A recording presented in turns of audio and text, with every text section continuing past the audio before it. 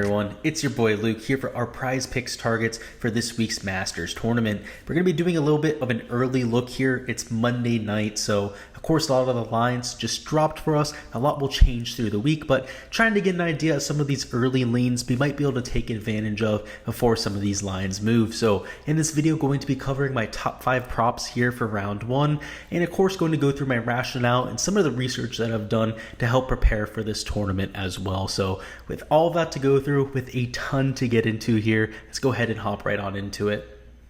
Alright guys, to start off the video, we'll do a little bit of a review of 2021 at the Masters, where you can see the scoring average was 1.05 over par, right about what we expect for a Masters tournament. It was higher than what we saw in 2020, a lot of that due to the timing of the tournament. The 2020 Masters happened in November, a much more lenient time of the year when it comes to golf play, so don't look too much into the 2020 numbers, but in 2021, returned to its identity, which is one of the most difficult courses in the world. The main defense is the greens, where you have 12.5 to 13 in terms of speed on these greens, also a ton of undulation. Pretty much every single putt that you have, also every single chip shot you have, you're going to have to be dealing with all of that slope, which makes getting up and down and also just making your putts extremely difficult. Something to note is also the yardage. It's a little bit of a long golf course at 7,400 yards, plays upward of 7,500 yards at this time around. The PGA Tour gave us 7,510 yards as the official scorecard yardage. In terms of hitting fairways,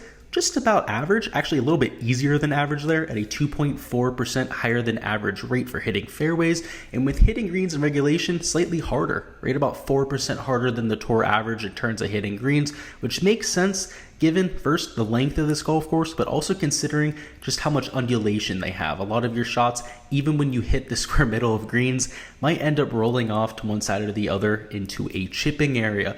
With that being said, the scoring last year led to a 10 under winner there, Hideki Matsuyama, a ball striking specialist. And you can see a lot of the players up top are guys that are really good with their approach play. Guys like Zalator, Spieth, Schauffele, Rahm especially. Even guys like Leishman and Rose had really solid weeks with their approach play, which is definitely something that we're going to be hunkering down on. Now moving over to the prize picks board, the first guy I want to talk about is going to be Tiger Woods, the GOAT, the man of the hour, the man, the myth, the legend. I have him there at 73.5 strokes, where I'm taking the under. I'm buying in on the hype. Somebody who started the week at 75.5 strokes. Fortunately, he was the only prop on the board, so not like we could really combine him with anything, but even at 73.5 strokes, still something I'm actively looking to target, because in his career, he's only played 4 rounds at Augusta National where he would have shot over 73.5 out of the 80 plus rounds that he has at the Masters. So absolutely ridiculous track record. Of course, the scoring average here is right around 1 over par, which would imply we get around a 73 scoring average,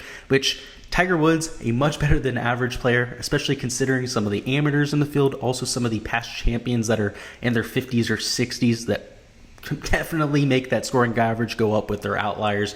I would expect him to hit the under here. Now, I know he hasn't played for quite some time, of course coming off the injuries to both of his legs, but if anybody is going to get over that, it's Tiger Woods. You know, I've learned my lessons over the years. Tons of people in 2019 were betting against the guy in a very similar situation. What did he do? Went out there and won the damn thing. Now, this time around, it'd be much more far-fetched for him to go out there and actually compete or win. But for him to shoot better than a 73.5, better than 1 over par, that is well within reach. In fact, I think that he shoots at least 1 over par, if not something like even or 1 under, makes it respectable, ends up making it through the cut line. It finishes potentially in the top 30 by the end of the week. Now, I don't think he's going to compete, like I said, but he has that middling performance in him for sure, and if he's teeing it up this week here at Augusta National, I would expect him to look at the very least respectable, because that's just the kind of guy that he is. Now moving on to our next pick is going to be Cameron Smith here at hole number 8 shots, which might seem like a weird target to look at, especially because it's right around 580 yards,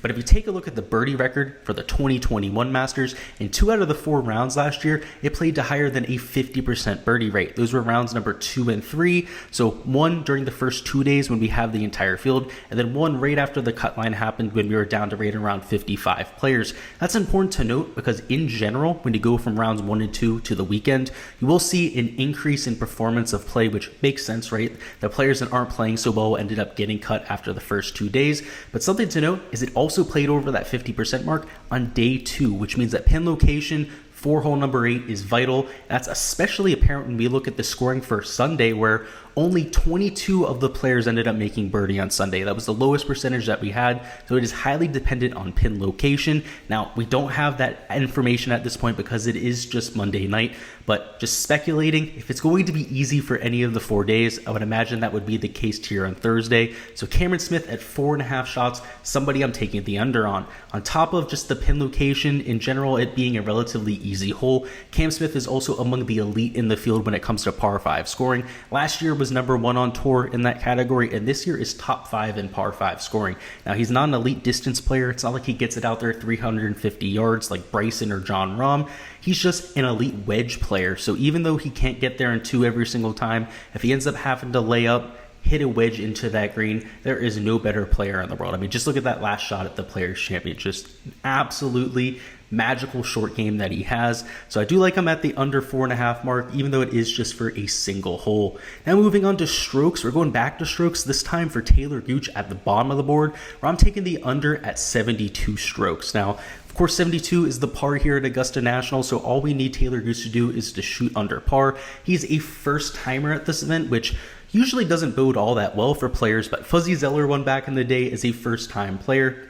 And for Taylor Gooch, he's a much higher caliber first-time player than most get here. You know, he has a win. He has plenty of top 10 finishes on tour. He's been around for a while, and quite frankly, he has a great skill set for this golf course. He's long off the tee, has the approach play that we're looking for around the green. He is more than serviceable, and on bent grass, he's a really solid putter as well. So really checks every box that we're looking for, except for that experience badge, which is also important here at Augusta National. But in this prop market where we're just on a Thursday, we could probably bet this on Friday as well, where there's not much pressure in play. It's not like the weight and all the magnitude of this golf tournament will be there for the weekend. So I like him on Thursday under 72 strokes. Somebody who's in form should be priced closer to maybe 71 strokes in my opinion. I have him projected for actually right around 70.5 strokes. So quite a bit of leeway there from the 72 number that we're being given. And in general, when there's not much pressure on the first 2 days, I expect him to come through and have some pretty solid performances. Next up, a fade we're going to be taking is Patrick Reed at 72 strokes. Now, he hasn't been in the best form. That's been well documented. I'm sure a lot of people have been making a ton of money over here in Prize Picks, just fading Patrick Reed, whether it's for greens and regulation, birdies, score, you name it. He's pretty much been a print press for us. Now, he's won at the Masters. He's had a ton of success at this golf course. He's a great course fit. I mean, for all the reasons that we like Taylor Gooch, except for the off the tee play, you could pretty much also say for Patrick Reed. And the reason why he has success here is off the tee isn't all that important, right? As long as you're long off the tee, you can get away with that. But Patrick Reed has lost a ton of distance over the last year, so much so that he's really turned into a lower caliber player. If he keeps up this type of track, might be off tour in the next year or so. And I'm not just saying that, out of spite for Patrick Reed. Legitimately, his shots gained metrics are extremely concerning. So at 72 strokes, somebody I'm willing to take the over on, especially considering that the average score at this course is going to be 73. It's going to be well over par. Patrick Reed playing like a well below average player at this point of his career. So even at a place where he's had that magic he's won at in the past, not confident in taking the under there. And of course, by taking the over and by fading somebody like Patrick Reed, it does give us the opportunity to increase the value of our card. If you guys aren't sure how Prize Picks does that, in golf specifically, it's a little bit different than other sports. If you take 3 players that you like take an over for greens regulation or birdies, and then take 2 unders on the other 2 spots, you get an extra reward from the system. You can see our payout here is a 12.5x payout. Now, if we only had 4 overs and just 1 under, that would give us a 10x payout. It may end up having all overs, right? So not fading anyone. That would just be an 8x payout. So by adding a fade like Patrick Reed, which I'm still very confident in, I have him projected for nearly a 74 score, it does give us that little bit of extra oomph in the player card. So just want to go ahead and explain some of the card construction here, and that is the same case for smaller cards. So if you're just running a 2 or a 3 leg power player, that kind of thing, adding in fades with players that you're actually looking to play are going to increase that value. And now lastly, the last fade I'm taking to get it up to the full value is going to be in greens and regulation, where I'm taking the under on Bryson DeChambeau. He's at 12 greens in regulation, just 0.5 off some of these elite tier players like a Rahm, JT, Scotty Scheffler, Cameron Smith, and Morikawa. Bryson DeChambeau has never been the best iron player. I mean, he's always been a little bit inaccurate, particularly with some of his distance control, and you could especially see that at the match play. The guy was missing greens from 60 to 70 yards. Before that, when he tried to play a stroke play event, it didn't go all that much well either. Ended up missing the cut there, and during his press conference just today, he said that he's rated around 80%. Now, if we had Bryson at 100%, I'm not sure I'd take the over at 12 greens in regulation, let alone if he's playing at 80%. Still extremely rusty because he hasn't played much competitive golf of late. And over the next day or so, with so many thunderstorms going through Augusta, he's not going to have all that much time to actually practice, to get used to his new golf swing or to shake off some of that rust. So I really do doubt his ability to get over the 12 greens regulation mark there. I would expect this number to drop rather quickly, to probably go to at least 11.5, maybe even 11 greens in regulation by the start of this event, because people are going to see that number. It's clearly incorrect there. It's a clear misprice, and something that's probably my favorite prop on the board. Just he's dealing with the injuries, again, all the rust, and even if he was healthy, I'm not sure we could really depend on him to hit the over there at 12 greens of regulation. So that's the prop card I'm looking at. Those are my top 5 props here for round 1. Of course, later on in the stream, later on in the week, I'm getting ahead of myself, I will have a live stream where I cover DFS. I'm also going to cover some of my last second props. So this is early in the week. We're going to have some line movement.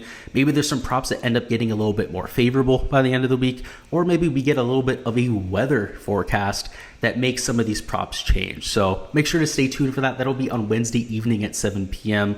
But I'm also going to be entering a few smaller cards. So like I said before, with entering guys that you're for and trying to fade, I'm going to be entering a few where I'm using one of my 2 fades, that being Patrick Reed or Bryson, with a conjunction of 2 or just maybe one of these guys up top that I'm playing, whether it's Cam Smith, Tiger, who of course I want some sweats on, or Taylor Gooch, who might be my favorite play on the slate. We'll have to see. They're probably talking 3 to 4 cards total with different combinations of those guys there.